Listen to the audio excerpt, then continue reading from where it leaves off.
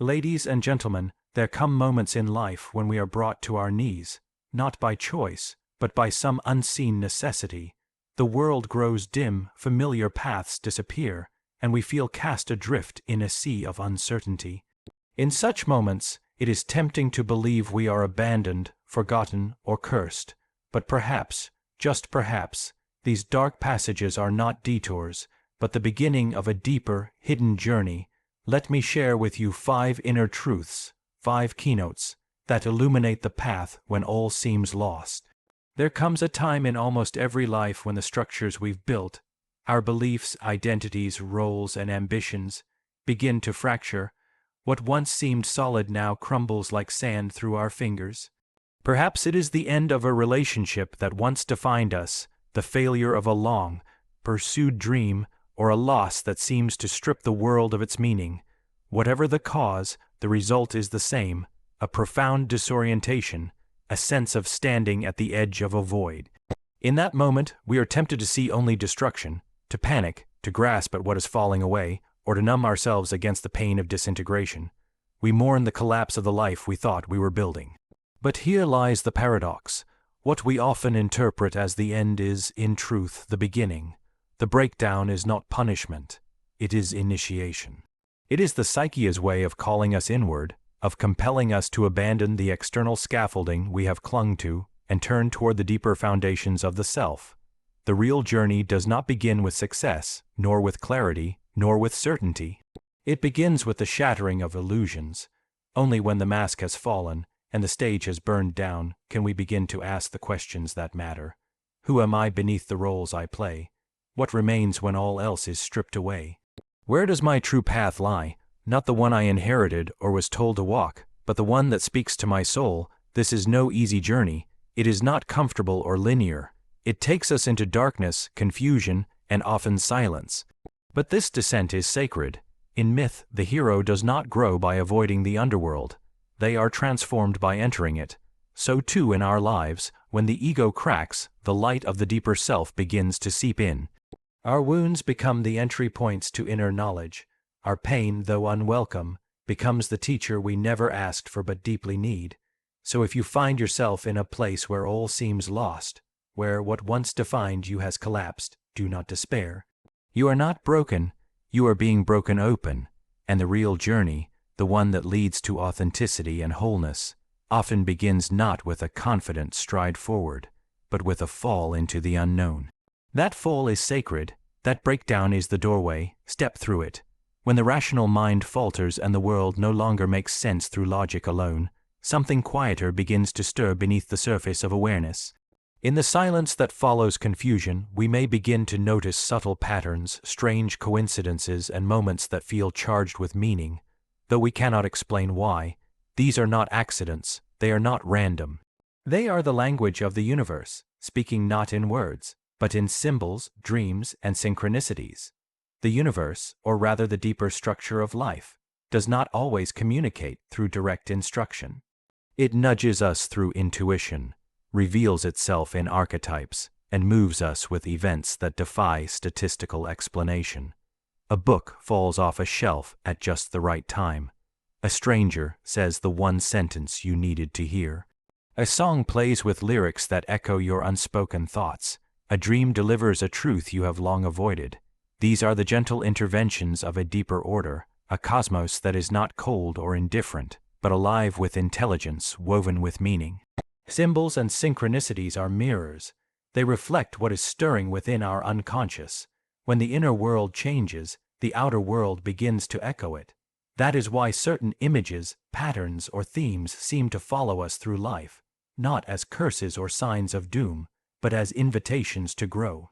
A recurring animal, number, or name may be the psyche's way of pointing to something unresolved, something longing to be understood. These repetitions are not tricks of the mind, they are the footprints of the soul's journey, guiding us to where healing and integration must occur. To see these signs, we must shift our perception. We must stop demanding certainty and begin cultivating presence. The ordinary becomes sacred when viewed through this lens. The unconscious mind, like a deep sea, rises to meet the conscious mind in flashes. in metaphors, in meaningful chants, in sudden insight.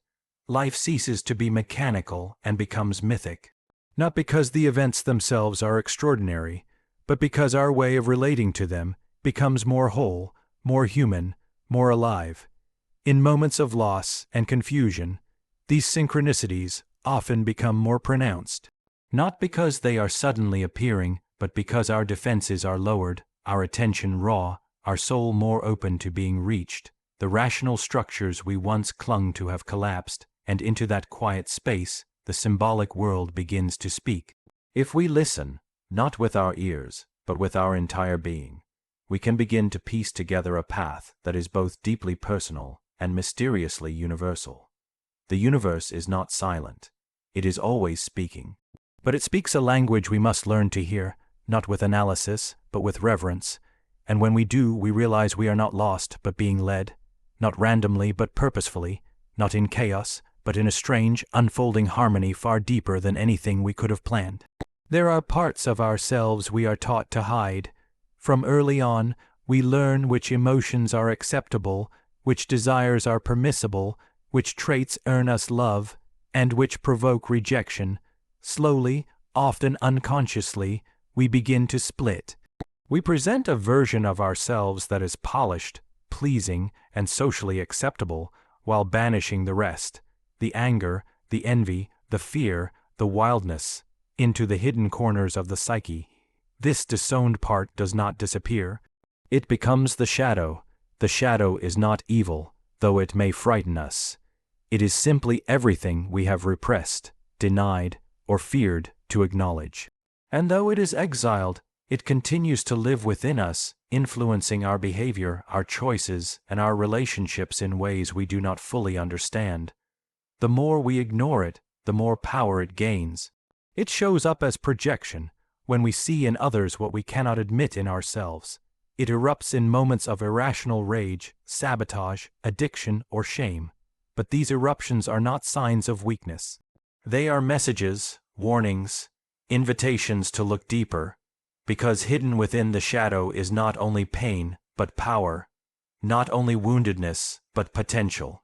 The very parts of ourselves we've cast aside often contain the gold we are looking for, the creativity, authenticity, vitality, and intuition we have lost touch with. What was once deemed unacceptable may in fact be essential to our wholeness. The anger we deny may carry the fire of self-respect. The envy we suppress may reveal our deepest yearnings. The fear we conceal may point toward areas where we long to grow. The shadow, when faced with honesty and compassion, becomes a wellspring of renewal. Yet the journey into the shadow is not comfortable. It requires courage, not to destroy what we find there, but to integrate it. To recognize that we are not purely good or purely bad, but complex, paradoxical beings. To see the monster under the bed and realize it was a neglected child, waiting to be held. This is the work of inner alchemy, transforming lead into gold, not by pretending the lead isn't there, but by accepting it as raw material for transformation. In times of despair, the shadow often rises to the surface. It is in crisis, when the mask no longer fits, that we are most likely to meet it. And while this encounter may feel like chaos, it is actually a threshold. A call to wholeness, a chance to reclaim what we have long buried. The task is not to conquer the shadow, but to relate to it, to listen to it, to walk into its darkness with a lantern of awareness, and begin the sacred work of integration. For the soul does not seek perfection, it seeks completeness, and completeness cannot be achieved by light alone. The gold we are searching for is often hidden in the very places we have been taught to fear. To embrace the shadow is to come home to ourselves, not just the parts we show to the world, but the full, undivided truth of who we are. And in that return, we do not become someone else, we become whole. There is a deep longing in the human heart for certainty, for a clear direction, a map, a set of instructions to follow. Especially when life feels uncertain or we are brought low by grief or failure, we yearn for a signpost, for something that will point the way forward and assure us we are on the right path. But the truth, however unsettling, is that such a path does not exist, at least not ready, made. There is no predetermined route tailored to your soul, no one-size-fits-all answer to who you are meant to become. The path is not something waiting to be found. It is something that comes into existence only as you walk. This realization is both terrifying and liberating. Terrifying, because it means no one else can tell you with absolute certainty what to do. Not your teachers, not your parents, not even your past self. You must become your own cartographer, drawing the map as you go, guided not by fixed landmarks, but by the shifting stars of intuition, feeling, and inner truth. Liberating, because it means you are not bound by any external blueprint. You are not here to duplicate someone else's life. You are here to discover your own. The act of walking, of choosing, acting, moving forward even when you cannot see the whole picture, is what shapes the terrain. It is in the daily decisions, the quiet moments of trust, the risks you take without a guarantee, that the path begins to appear beneath your feet. Often, it only becomes visible in hindsight, like footprints forming behind you in the sand. You will not always know why you are being drawn in a certain direction. You may feel lost, uncertain, or even foolish. But somewhere deep within, a whisper remains, a call, a pull, a subtle knowing that you must keep going. This kind of journey asks for courage, not the loud, heroic kind, but the quiet, sustained bravery of staying true to something you cannot yet name. You may stumble, you may double back, you may walk in circles for a time. That is not failure, that is part of the path making, because what matters is not just where you end up, but who you become as you walk. Each step reshapes you. Each obstacle teaches you something essential. Each encounter, pleasant or painful, becomes part of the unfolding story. Comparison is a great thief here. Looking too long at the well-paved roads of others can cause you to question your own raw, winding trail. But theirs is not yours. Their instructions cannot replace your inner compass. You are not late. You are not behind. You are simply in the middle of becoming. There is a rhythm to your unfolding that no one else can dictate. And so, when the way is unclear and the voices around you grow quiet, do not wait for permission. Do not wait for clarity to fall like lightning from the sky. Begin where you are. Choose what feels alive. Follow what carries both fear and fascination. Listen to your restlessness as much as your longing. Trust that the act of walking itself, of living, trying, creating, failing, and rising again, is the sacred process by which your unique path reveals itself. The ground may not be firm, the trail may not be marked, but still, step by step, you make the way, and in that walking, you become more than a follower of roads, you become their maker. There is a quiet misconception that the aim of life is to become perfect, to refine ourselves until we are flawless, to correct every error, silence every doubt, polish away every imperfection until we fit some imagined ideal. But perfection is not the language of the soul. The universe does not demand our flawlessness. It longs for our wholeness, and wholeness is something altogether different. It is not about being without cracks, but about allowing the light to shine through them. It is not about rising above all that is messy or painful within us, but about embracing it, integrating it, until nothing within us is left unloved or unseen. The movement of life, if you listen closely, is always drawing you toward this kind of inner completeness. Not just toward happiness or success, though these may come, but toward a state in which nothing essential is denied, where your joy and your sorrow, your strength and your vulnerability, your wisdom and your confusion all have a place. The universe, in its quiet wisdom, does not ask you to amputate the parts of yourself that feel inconvenient or unlovable. It asks you to turn toward them, to meet them, to welcome them back into the house of your being. Wholeness means you are not split against yourself.